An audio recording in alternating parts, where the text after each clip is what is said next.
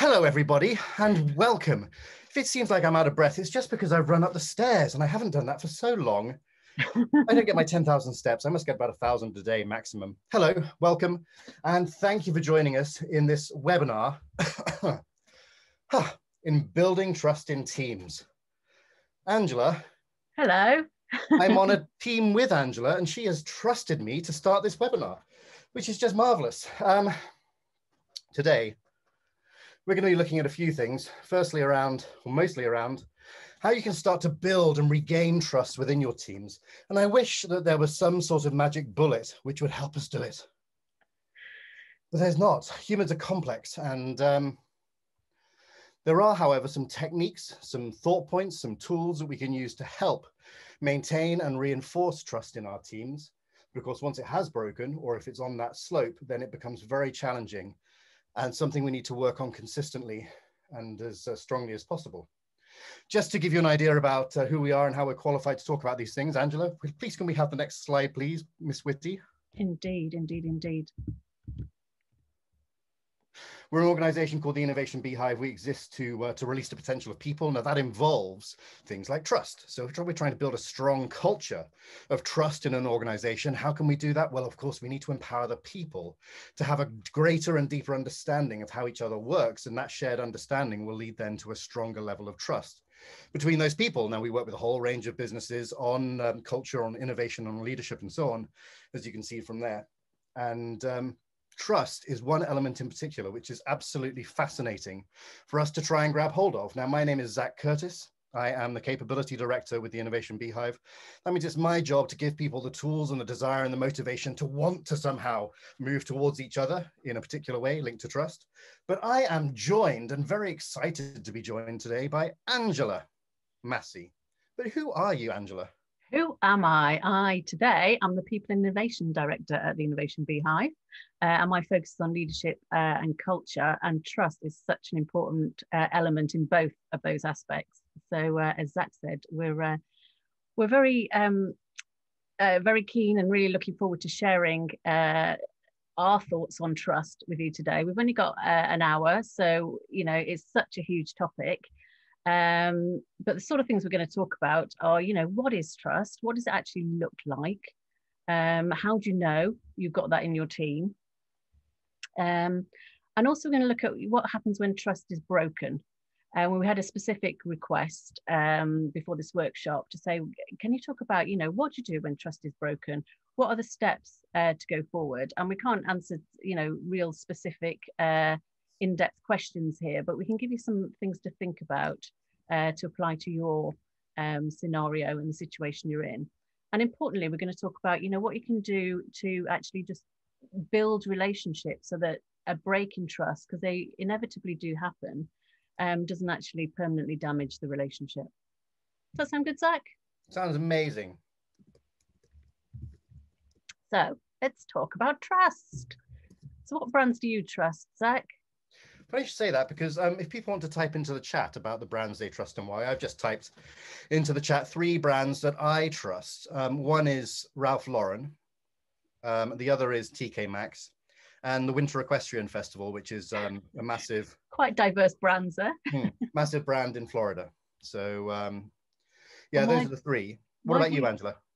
Why do you trust them particularly? Ralph Lauren, because I perceive, regardless of what the fact and the truth might be, I perceive that Ralph Lauren is, do type into the chat, everybody. I do perceive that Ralph Lauren is a quality product. I know there are different levels within the brand, but I perceive that they're all fairly quality products.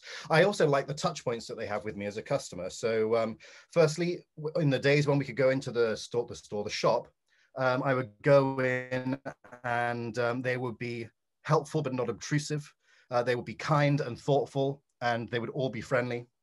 And remotely, similar touch points. They don't email me too much. And when they do, it's not a hard sell. It's just, hey, have you thought about this? Which I quite like. So it doesn't feel like they're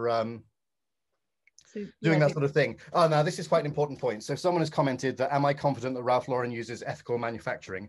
The answer is no, I'm not confident. I have no idea. But actually, for me personally, I don't base my trust on their ethics or their morals, whereas a lot of people, of course, might and probably should. But that's not part of my measurement of how I trust somebody.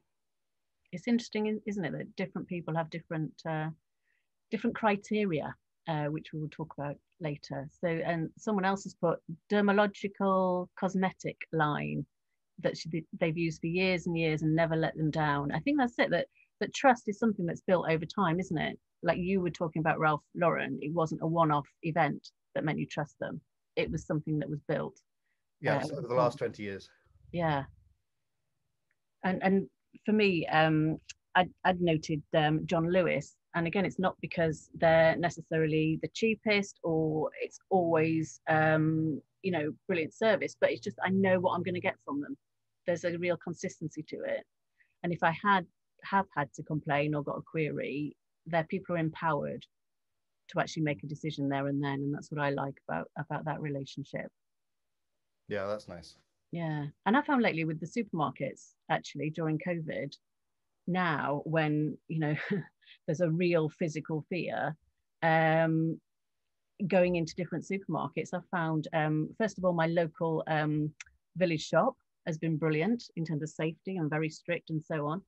And the co-op, and talking to them about how they, talking to the staff there about how they're being treated as well, means I feel really, really comfortable and safe going into there to do my shopping. So yeah, interesting. So even those who haven't chosen to share, I hope we've got you thinking about trust, why trust is important from a consumer point of view. And we've sort of highlighted as well that trust isn't the same. We don't all have the same criteria for trust. Yeah. So leads me nicely onto this picture. Now, sometime last year, I was looking up, I was putting a leadership workshop together and was Googling leaders. And these two photographs came up. And I thought it was very interesting. When I hovered over the pictures on the internet, they were both described as a person wearing a suit. And I thought, oh, how interesting. They both got the same description. But immediately, when you look at them, I imagine that you've got different feelings about both of them. I don't know what those feelings are, but when people look at them, they're going to have different levels of trust that they feel towards them. And a question that I had for the leaders was, how do you want to show up as a leader? Because sometimes a lot of what that people trust is perception. So how are you perceived by others? And it's as true for any team member as it is for a leader. How are you showing up? What are you doing to enable others to trust you? Because we've already established, talking about the brands, that trust is something that builds over time. So how are you showing up at work?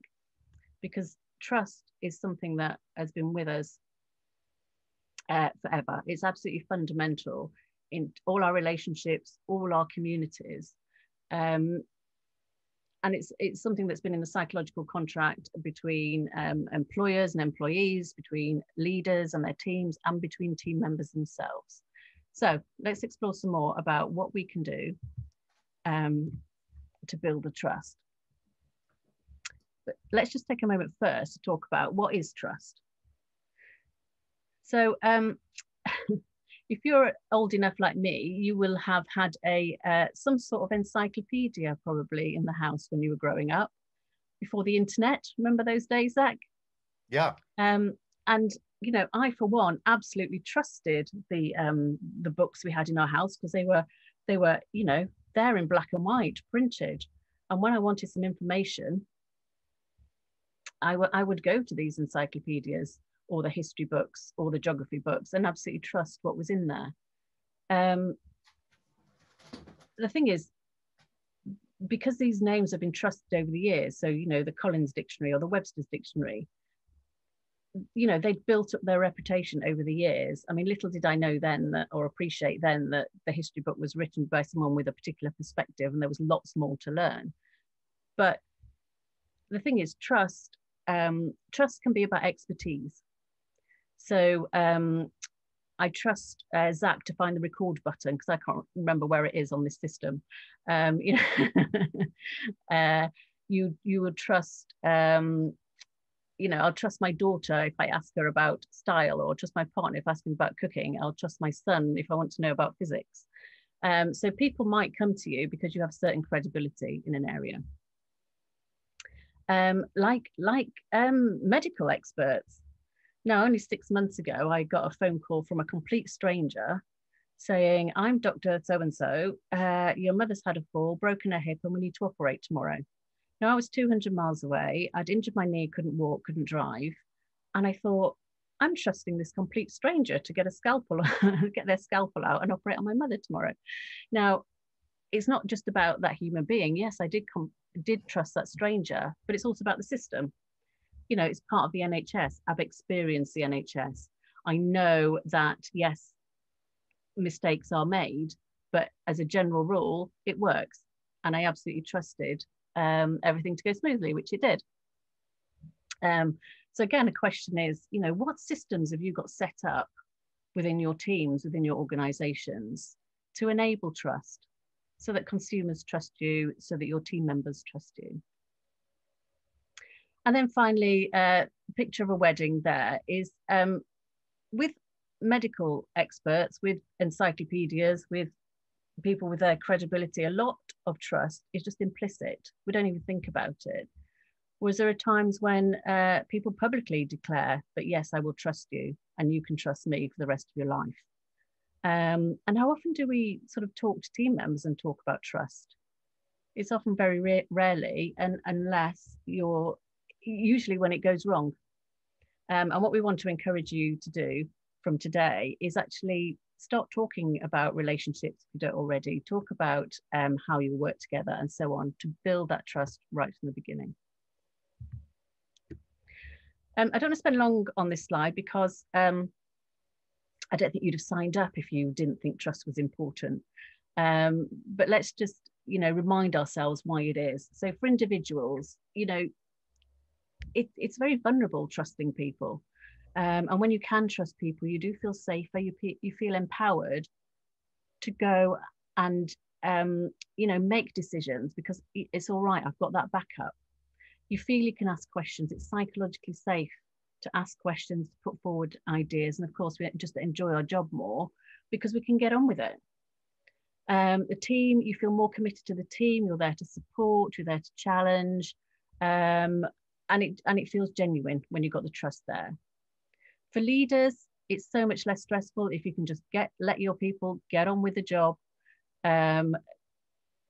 Productivity improves, you get greater output, people have faith in you, and even when you make decisions that they might not agree with, they'll get behind you because the trust is there. And for organizations, healthier workforce, higher retention, lower attrition, increased productivity. What's not to like? So what are the elements of trust? A few we've talked about so far, and here's Lady Justice with her scales and her sword and her blindfold, which are the key elements of trust in our justice system. The scales for balance, the blindfold that is, you know, justice is there for everyone. It's fair. You know, there's no prejudice, and the sword that justice is delivered swiftly. If you've read the Secret Barrister, you'll know that that's not always happening, but that's what we like to feel will happen in our justice system. And here on the right-hand side, again, you'll see we talked about credibility, we talked about consistency with brands, reliability, that someone will be there for us, integrity, authenticity, honesty. Wonderful words, aren't they? How do we make that happen? We're about to put up a poll, and while we're doing that, I'd like to think about your team, and whether it's your peers, if you're a leader, the team that works for you, it's up to you, but think about your team members and think about how much do I trust each one of my team members and how much do they trust me? So time for a bit of reflection here. So there's There's two sides to this poll, two questions. The first one, as Angela said, was how much I trust my team members, and you get a single choice of 4 answers. The first one is I trust all team members all of the time. The second one is I trust all team members most of the time. Third is I don't trust team members most of the time. And fourth is I just don't trust my team members at all, in which case we probably need to have a separate session. The second question is how much I perceive that my team members trust me, with the same sort of questions. So I'm just going to launch that now, and you'll see them coming up in front of you. You may need to scroll down to the second one. You get a single choice in each of the 2 questions, and we'll see where we end up.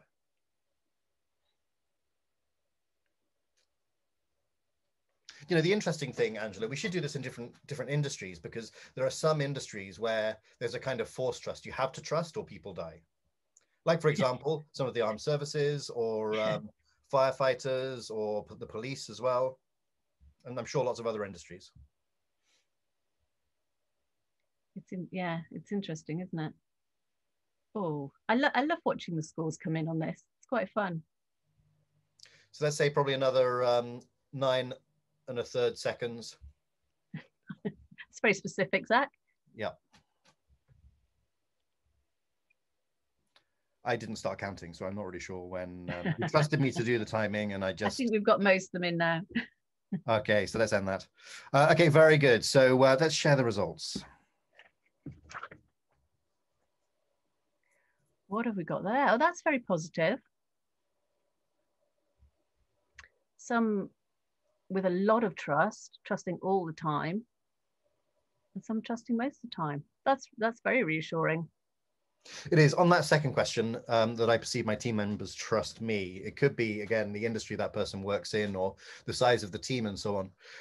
But that's a lot higher than we would normally see. We've done this webinar a few times, Angela, and the second one down, my team members trust me most of the time, is, of course, the most popular and regular answer. But that first one is quite high. Yes. But reassuringly, we never have anyone don't trust their team members at all, because you think, you really need help. we need to talk one-to-one on this one. Yeah. But lovely. Thank you for sharing that. I just close that on mine. But it's a useful thing to think about with each team member, because quite often it's different for different team members at different times. And what we found during the pandemic is trust has become a bigger issue than ever. So whether you're going into the workplace, you know, people have had to have conversations about, I don't trust that person to wear their mask. I don't trust that person to wash their hands. You know, things that we never used to think about at all. You know, do you trust your team members to keep you physically safe? And then on the other side, where you've got a lot of people working from home, or at least working away from the workplace, is a lot of leaders saying, well, how can I trust my team to get on with the work? And what it's highlighted is where there were gaps in the relationship to begin with, and gaps in the trust to begin with. So it's more important than ever to be proactive in developing the trust. So it's lovely that you're all starting from such a good base to build that trust. Okay, so let's look at trust in relationships and what gets in the way. So often it's previous experience. That person's let me down in the past.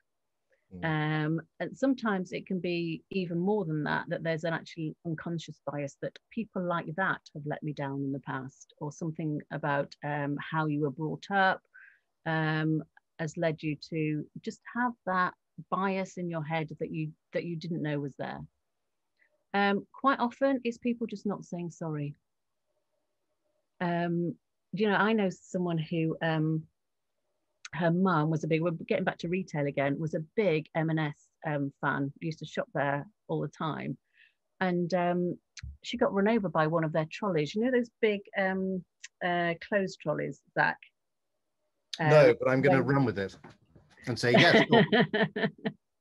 When the staff are hanging out the clothes, they have a big sort of movable trolley, and this person didn't look where they were going, knocked into my friend's mum, who was 80 something.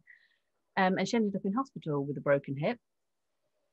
And the thing is, she said all M&S needed to do was say sorry, maybe send a bunch of flowers, but they didn't. They wouldn't take any liability whatsoever. And so that trust is broken now. And she sued M&S for I don't know how much, because of her hospital stay. And then she picked up a virus there. This was pre COVID-19, which passed on to her family. So it's cost M&S a fortune for just not saying sorry. But how many times has someone let us down and they just didn't say sorry? You know, even just, or sometimes even just saying thank you. Not saying thank you has broken relationships. Yeah. Not owning up to mistakes kind of builds on that people just don't put their hands up and say, yeah, that was my fault. And it comes back to the honesty, the credibility, the authenticity again. Lacking transparency. So sometimes it's not that, you know, it's not that people are telling lies or they're deceiving you. It's just that they're not quite open enough. So people go, I'm not seeing that person in full. I don't know who that person is. Again, especially at the moment, we know all sorts of organisations that are going through restructures and possible redundancies and so on. And the message is always, even if there's nothing to say, tell people there's nothing to say. Be as open as possible, because that will build up trust. And to me, this one at the bottom is one of the most important. Unexpressed expectations is knowing what the other person wants from you and you want from them. The number of times I've had to help relationships where people have said, well, that person ought to have reacted in this way, or that person ought to have done that. But the other person didn't know that that's how they were expected to behave, or they were expected to meet that deadline, or what have you. So again, not being open about what you want from the other person and what they can expect from you, again, breaks down the trust in relationships. So there's one word, Angela, which underpins all of those things on that left-hand side. Yeah. Leading from unexpressed expectations. And if I think back to, I'm oversharing as usual, but if I think back to every single failed relationship I've ever had, it's always been because there have been those unexpressed expectations, but it hasn't been borne out by, of course, communication, which links all of those other bullet points together. Absolutely. So what builds trust? Again, sometimes it's having the authority that people will trust you because you've got a white coat on or a uniform. Reputation is huge. Again, we talked about this with the brands. Also a bit of vulnerability. So showing that openness can build trust. Not too much, otherwise people think, no, I can't rely on that person. But a little bit goes a long way. Connection and communication, supporting others, saying, oh yeah, I can rely on that person because I know they supported me last time. And key, managing expectations. So do let us know in the chat box if you've got examples of this where it's gone well or not so well. In fact, I think someone's put one in now. I remember being in a similar situation that another retailer sent a shopping gift card as a gesture of goodwill. So this is building on the M&S example. Wanted to keep the customers happy and value the relationship. Yeah, brilliant. It's so important to just to acknowledge it and say sorry. We're going to talk a bit more about that in a minute when the trust is broken. So let's talk about trust in teams.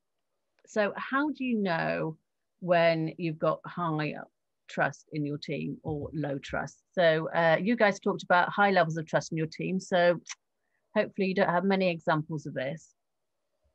But what you see in teams where there's low trust is people struggle on alone. They don't ask for help, but then get resentful that they're not being helped. So people are just in their own little world getting on with it. You also find people saying yes when they mean no, because they daren't be assertive and say, no, I can't do that, or I can't do that right now. People covering up mistakes, keeping ideas to themselves, glaring and staring. I do miss going into clients' premises, especially when we're doing culture work, because you can learn so much about an organization's culture by going to their workplace, just by observing people, just by the way you're welcomed when you arrive. I used to do a lot of work in schools, and I loved it when I was told, sorry, the head teacher's busy at the moment. Do you mind sitting in the staff room for 10 minutes?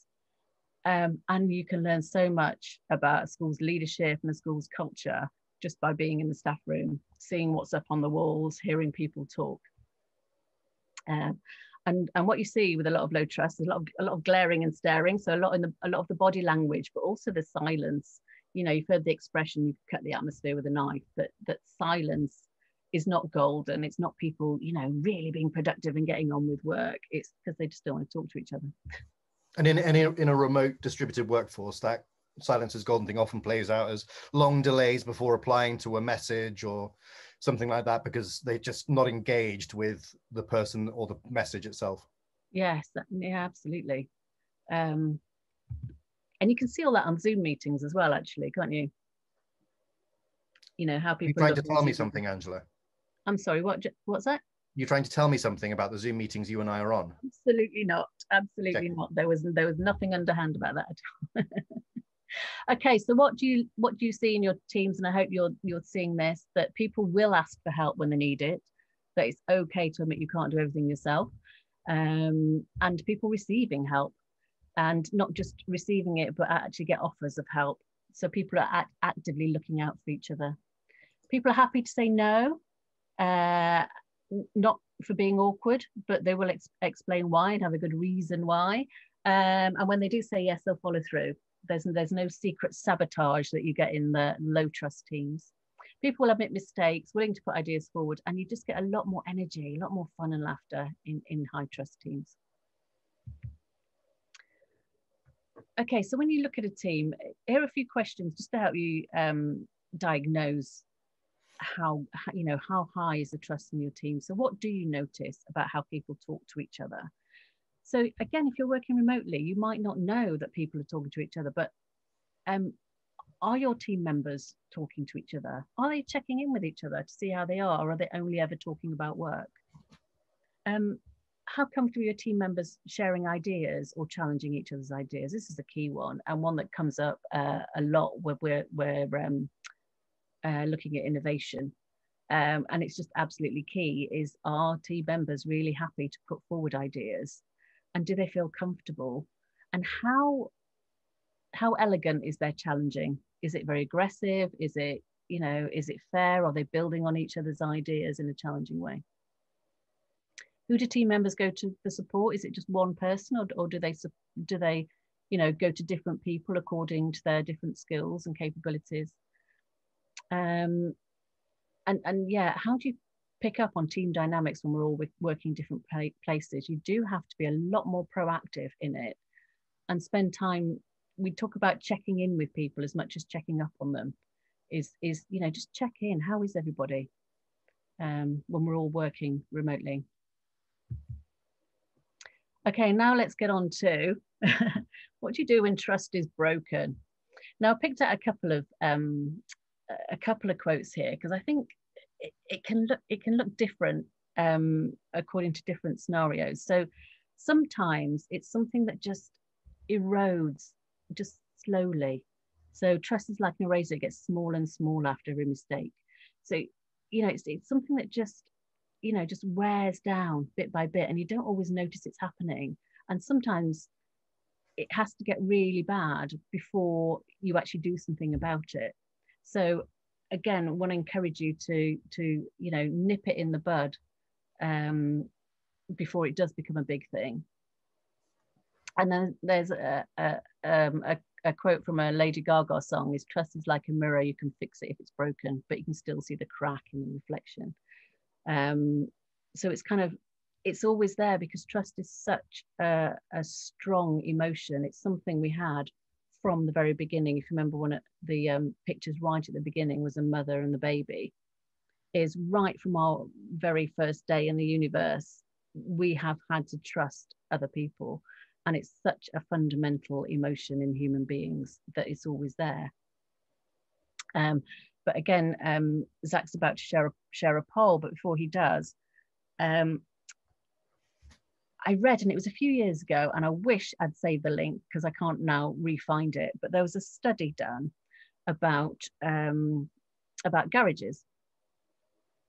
And you know, one of the successes of adult life is finding a local garage that you can really trust, because, you know, it's just one of those industries where, you know, I'll take my car into the garage and say, oh yeah, it needs disc pads, it needs 3 new tires, and I think, nah, I know so little about cars that I don't know if you're telling the truth or not. So finding a local garage is absolutely key. So yeah, they did this study and they looked at customer loyalty and customer trust in garages. And it was really interesting that where people had bought their cars and had no problem with them whatsoever, the trust was lower than where they'd bought cars and there'd been a problem with them and they had to go back and get it fixed. And where they'd had really good service, the trust was higher than where they'd had no problem at all. So yes, I agree with Lady Gaga up to a bit that yes, you can fix it if it's broken, but also you don't always see the crack, because actually it's a chance to make the relationship stronger. So Zach, should we share our poll? That makes sense, Angela. Thank you for that. And I agree with you. So on this poll, this is all about what Angela was saying about wearing down. You know, we find things annoy us or they make us lose trust in some way over a period of time. And we've got just 4 examples here. One is someone revealing something you told them in secret. Oh, it's not showing the whole word for me, but never mind.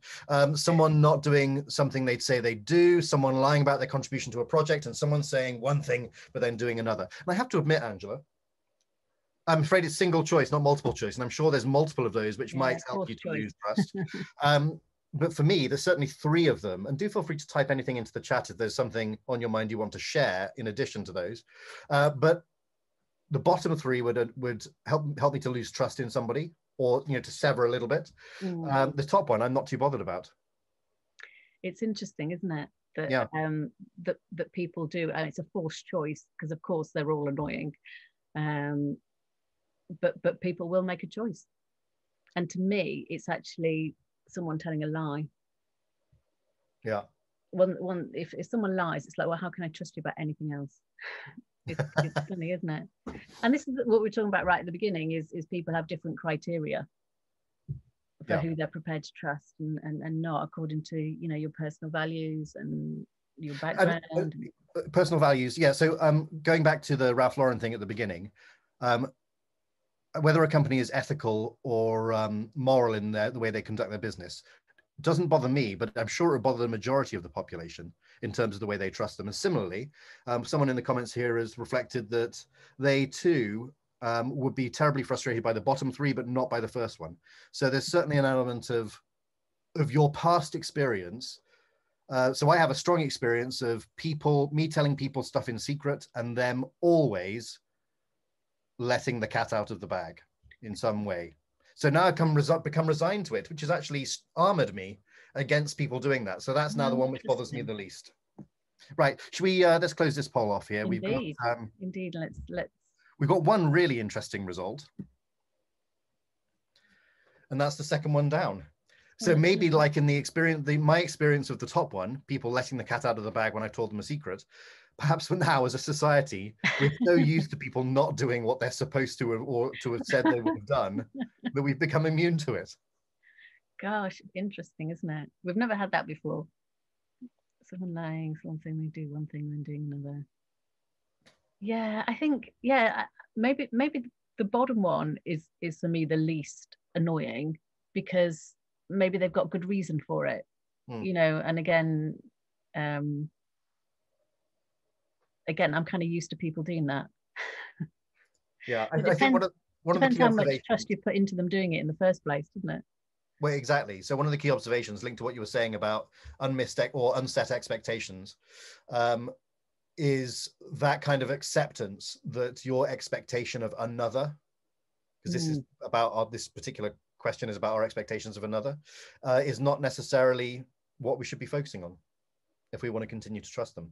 We need to find a different way of getting the same result. Yeah. And it kind of goes back to our assumptions and our sort of prejudices about how someone ought to behave, isn't it? Yeah. Interesting. Thanks, everyone. need to just get that off my screen so I can move on. Okay, so what do we do when trust is broken? Well, I'm afraid it's not easy. As I say, this is so fundamental, and it will require your emotional intelligence, and the 3 key emotions and tools you need to bring to bear are honesty, empathy, and courage. It's a big ask, but as we've seen, it's worth it to rebuild the trust. So I'm going to talk a bit more about those as I talk about the steps in rebuilding the relationship when trust is broken. So the first thing is recognizing that it's happening. As I say, sometimes it erodes slowly, and so you don't quite realize it. And sometimes it's one big thing, so easy to recognize. But it can also be sometimes when I'm coaching people, I challenge them on their mind reading, and they say, well, this person thinks that, or this person will do this. And you know, I ask them, well, how do you know that? And actually they don't. They've made assumptions about how that person will react or what they're thinking about them. Let me give an example. I was coaching a director once, and I was also training some of his staff in something else entirely. And it was really interesting, the 2 different sides of his people would say, oh, he's really removed, don't trust him. And a lot of it boiled down to, I said, well, what does he do that makes you not trust him? I said, well, when he arrives in the morning, he doesn't say hello to everyone. He just focused. He just walks straight down to his office, walks past us all, and doesn't even acknowledge us. And when I spoke to him, he said, it turned out he was actually quite shy, and he said, oh, it never even occurred to me to go and talk to him. You know, I'm just so focused. I'm thinking about what my day involves, and you know, who I've got to talk to, and the phone calls I've got to make first thing, and so on. And he just switched off to everybody. So, you know, it wasn't about them, and it was more about his mindset. So again, it was just one of those things where, you know, his team didn't take ownership of it or go into his room and talk to him. It was all about he's behaving badly. Coming back to what Zach was talking about expectations and communication is I don't expect to you know, I expect my manager to come and talk to me as they walk past my desk. So it's so simple. And a lot of you are probably shaking your heads and saying, well, of course you talk to people. Well, of course, because you do. You built the trust in your teams, and you've done it through communication. But quite often people are mind reading. And why I'm sharing this is that people might be mind reading about you. And we asked you at the beginning, and you said, yeah, my team trust me. Well, how do you know? Have you talked to them about it? Or is it because of what we talked about earlier, is that yes, they will come to you for support, yes, they will be open, transparent, and so on, in which case, fantastic. So number one is just recognize it's happening, and also acknowledge it, and acknowledge how you're feeling about it. So maybe someone's let you down and you're absolutely furious about it. That's not necessarily the right time to go and try and rebuild a relationship when you're absolutely fuming.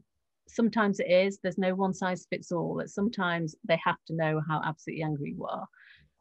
But, and it's big but, I would say there are usually better ways of sharing your feelings.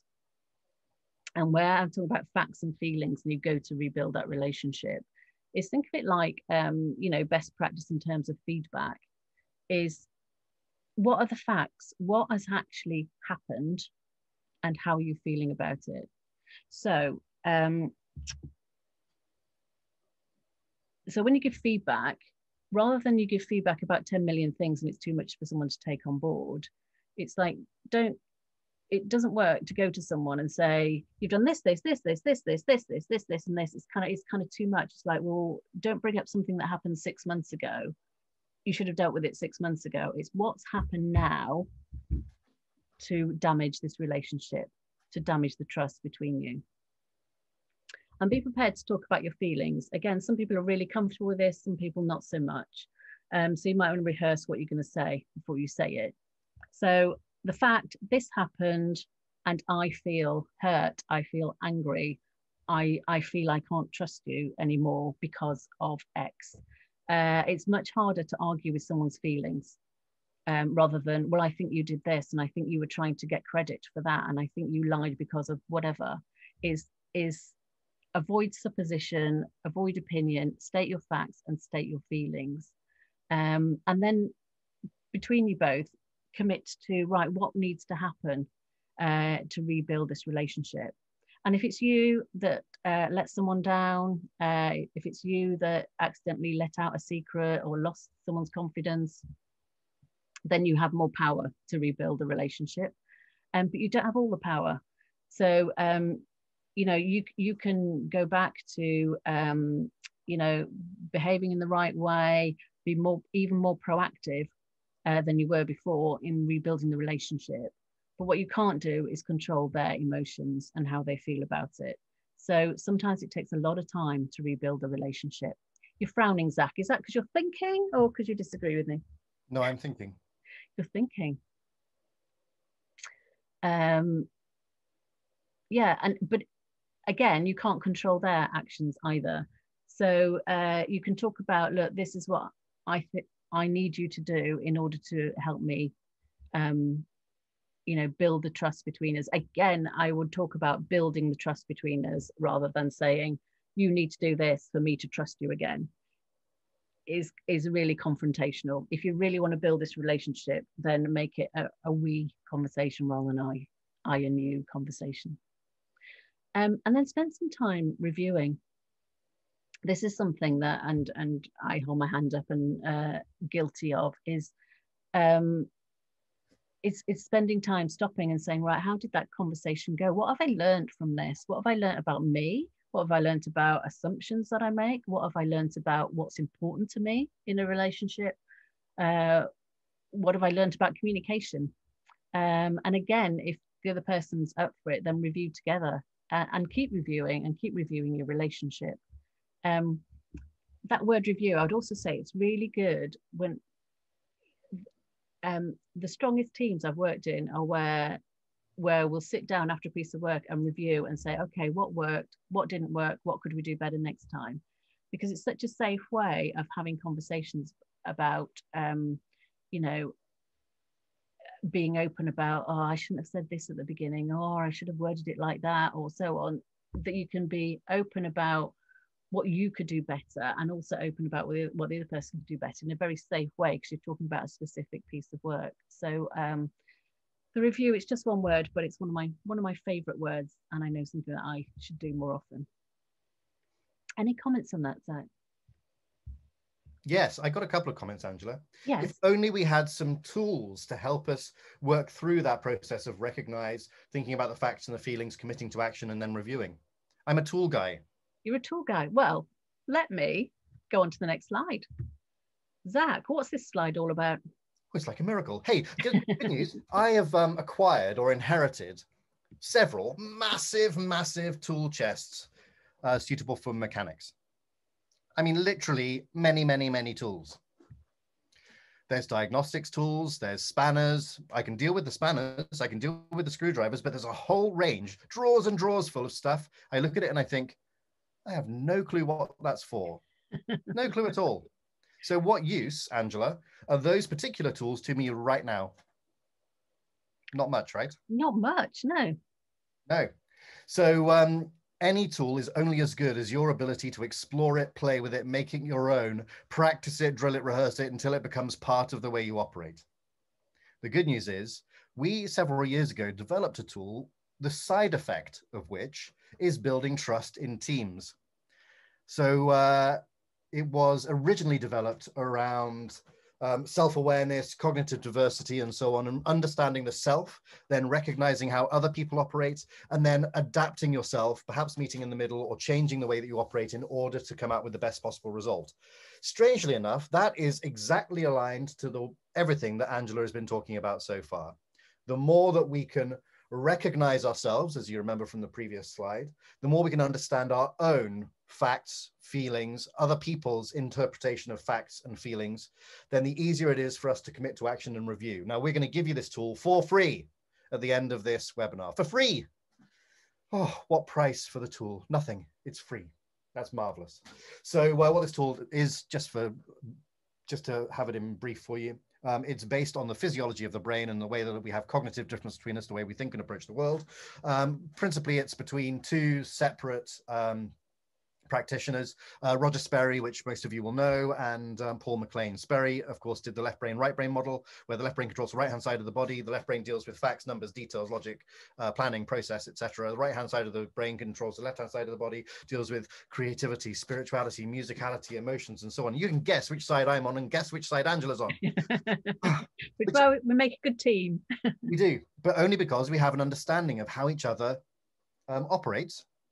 Oh, I skipped ahead there, Angela. Sorry, I didn't follow a process. I didn't explain that it's based on Sperry and MacLean, which is cerebral, limbic, and reptilian, the triune brain model, but also our experience over the last 12 years of working with the world's most innovative organizations and seeing how they interconnect and communicate with each other. So we built this tool. It takes literally 5 minutes to do. And the goal of it is to work out what your thinking cognitive diversity preference might be. And by understanding that, you recognize how you like to operate, but you also then start to recognize how you might frustrate those around you and vice versa. I can, for example, recognize how Angela and verbalize how Angela might start to frustrate me. So for Angela, it might, I'm not saying it does, Angela, but it might.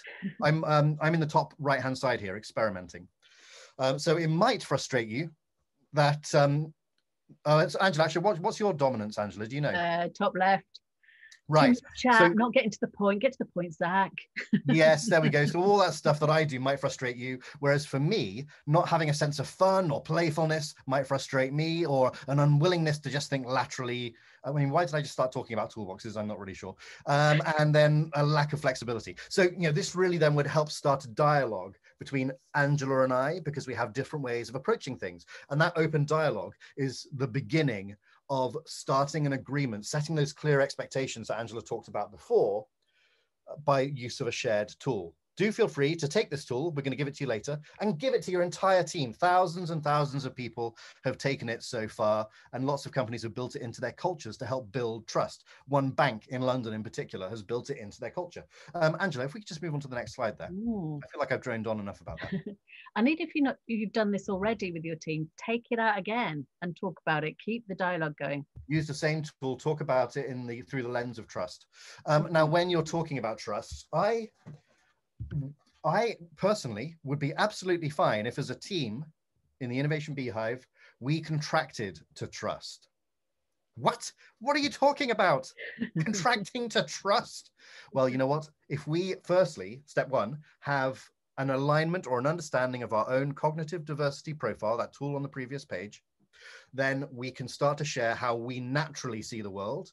We can then make a move to understand how others see the world, and operate in the workplace, which then means we can start to either adapt or agree using a simple tool like this, which is called contracting as a team. And that's where together you would sit down, you would agree whatever goals you've got as a team. You'd talk openly with each other about how you'd need to work together to achieve this particular goal.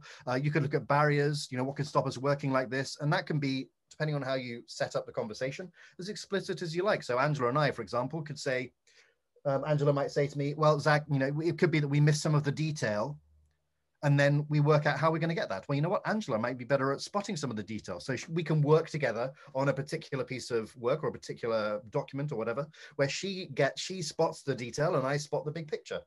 But because of that shared understanding, we can contract to it together. And then you could get your team leader to be explicit in what they're contracting to, and then our team commitments as well.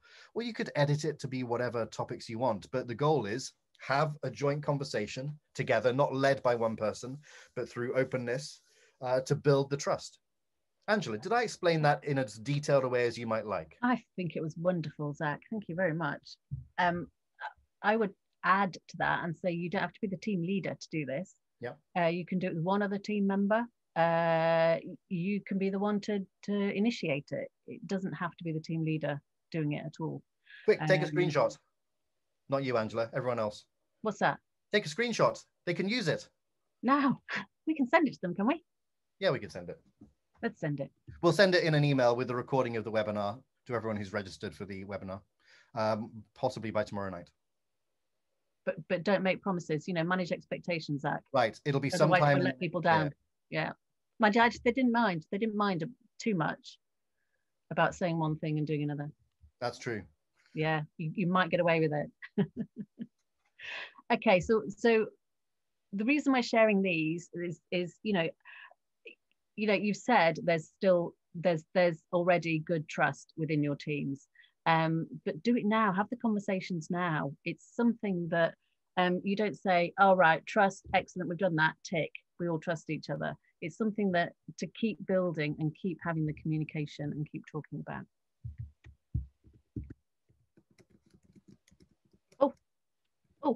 Oh, I forgot that. I didn't see clearly, Angela, with enough detail that I'd animated the slide. Sorry. I apologize to everybody. Oh, but it's beautiful. It's lovely. Fill it out just like that. That's what it could look like.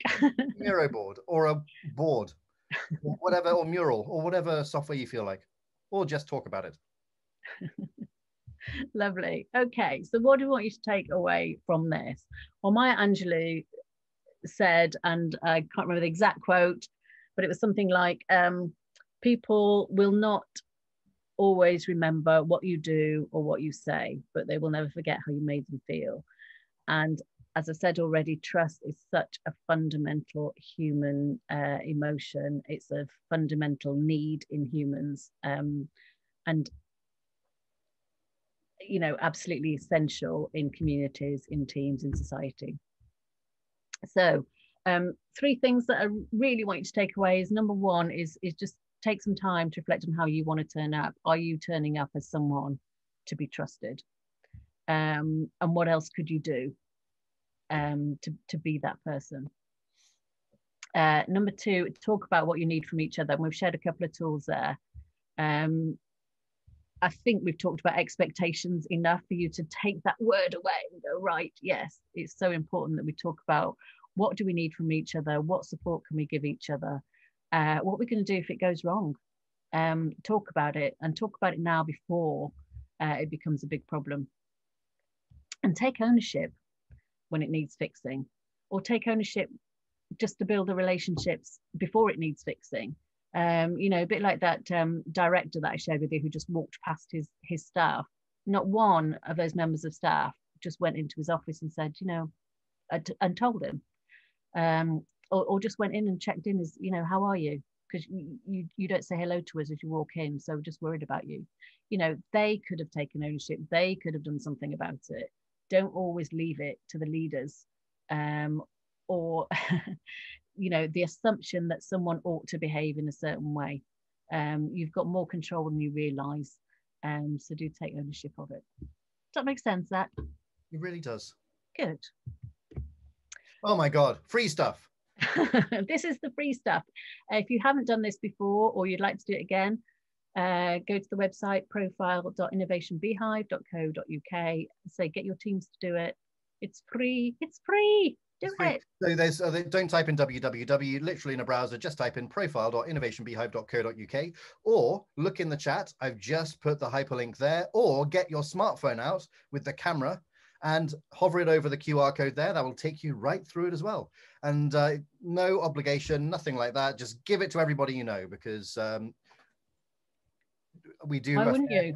We do a fair few webinars on this stuff, and that's because this tool has changed my life. Why? Because it's not sitting in my mechanics toolbox, not knowing what it does. It's because I've experienced it, used it, practiced it, drilled it, rehearsed it, made it my own. And actually now it's part of my everyday life, my vocabulary, and also that of our teams. Fantastic. Oh, that's interesting. Someone says they can't see the link. Let me just see if I can change that in the chat. Bear with everybody. Look at this. Let's see what happens. Oh, I wonder if, if you've got any other questions, then now's the time to type them in. Yeah, I wonder, Angela, we got a couple of minutes left. I wonder if all of the things I've been typing in the chat for the whole session have only been going to panelists and not to everybody. How embarrassing. Look at that lack of detail on the cognitive diversity profile. Ah. Now I've told them that, they won't trust me. Oh, they have. Thank you, Sarah. They have. Oh, dear. Yes, but it's owning up to mistakes, Zach. That's what builds trust. Oh God, if I owned up to every mistake, I'd spend my whole. Okay, good. Anything else, Angela? Well, I think that's all we've got time for, actually, in an hour. So I hope we've given you a flavour of things to think about, a couple of tools to use. If you have any more thoughts, do drop us an email and let us know. But what can I say? It's just so important, and it's something that, I don't know, we don't talk about enough, I think. And it's just so, as I said before, that it's just something that's become so important now when we're all living with, the fear of COVID-19, is just how important trust is. Lovely. Thank you, Angela. Angela Massey, thank you very much for joining us on this snowy Monday. I don't know what day it is. Tuesday? The grey Tuesday. That's what it is. And join us again. Keep an eye on LinkedIn. Follow us on LinkedIn for the next webinar, which I think is next week, but I'm not really sure. But it'll be posted up on LinkedIn. 2 weeks time. 2 weeks time. Perfect. Thank you everyone for joining. Have a wonderful rest of the day, and thank you, Angela, very much. Thanks, Zach. Take Bye. care, everyone. Have a great day. Bye.